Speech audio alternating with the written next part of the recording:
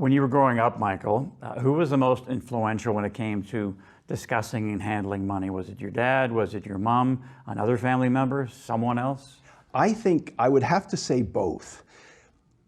My mother was extraordinarily ambitious, and I feel that the ambition I have had probably throughout my life comes in some significant degree from her. My dad was a very thoughtful individual, and he said to me early on, Mike, and he called me Mike rather than Michael, pay your bills. And I've never forgotten that. And I believe very deeply in honoring your commitments, and both quantifiably and qualitatively. But paying your bills was really good advice. It came from my dad. Ambition was really helpful, and I feel it came from my mom. All right, so you're still a young man. I'm going back in time here. You're still Okay, a young, I thought you were being really nice to me. No, let me rephrase that. So you're a younger man at that point. You finally get a bit of money, bit of discretionary money. What was your first, most exciting, most memorable purchase? Do you recall? I think it would have to have been our first home. We bought it just after the crash of 1987, and I was practicing law, and I thought we were going to be able to get a bargain in this calamity. So I underbid the first home that we thought was appealing for us, and we didn't get it. We lost. So I wasn't terribly effective in getting what I wanted. We were fortunate, though. The couple that owned that home had liked my wife and I. They mentioned to their neighbor that there's a nice couple really interested in the neighborhood. And the neighbor called us and said, listen, we're going to sell our house. And by then I had wised up a little bit. And I said, so what do you want? And basically we realized they wanted $5,000 more than their neighbor. So we gave it to them like, no question. My wife sort of criticized me. I said, listen, I'm not losing it again. Mm-hmm. But that for sure was the biggest purchase in our lives, and remains, I think, one of the most memorable to me. That's great. Now, what was the best investment you ever made? Was it in yourself, in your company, in people? If I wanted a one-word answer, the best investment I ever made was Allied, for sure.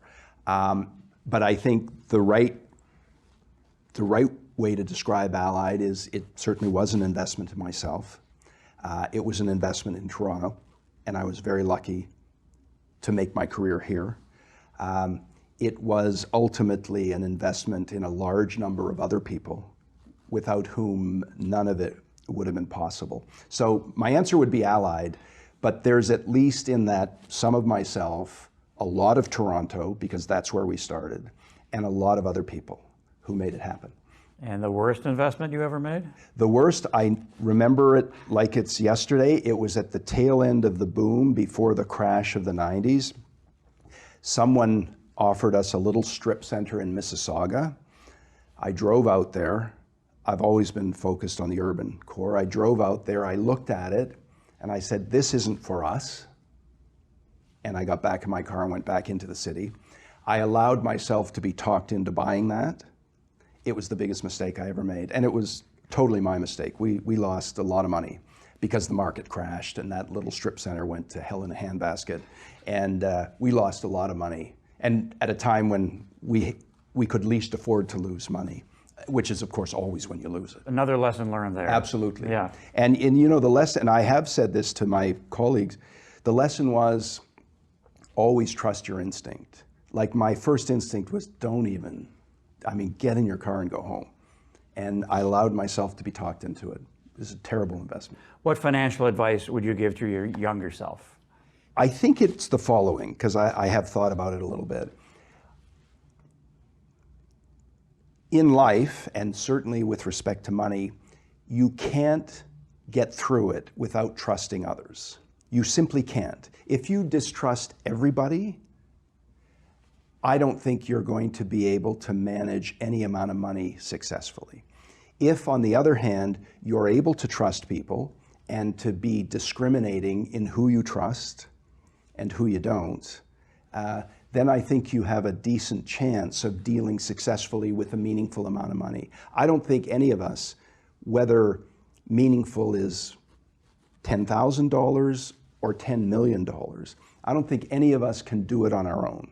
I think we have to trust other people to assist us with the management of those funds. So I've always felt you just can't get through life, and you certainly can't manage a significant amount of money without trusting other people. And being discriminating in the positive sense of the term with respect to who you trust and who you don't.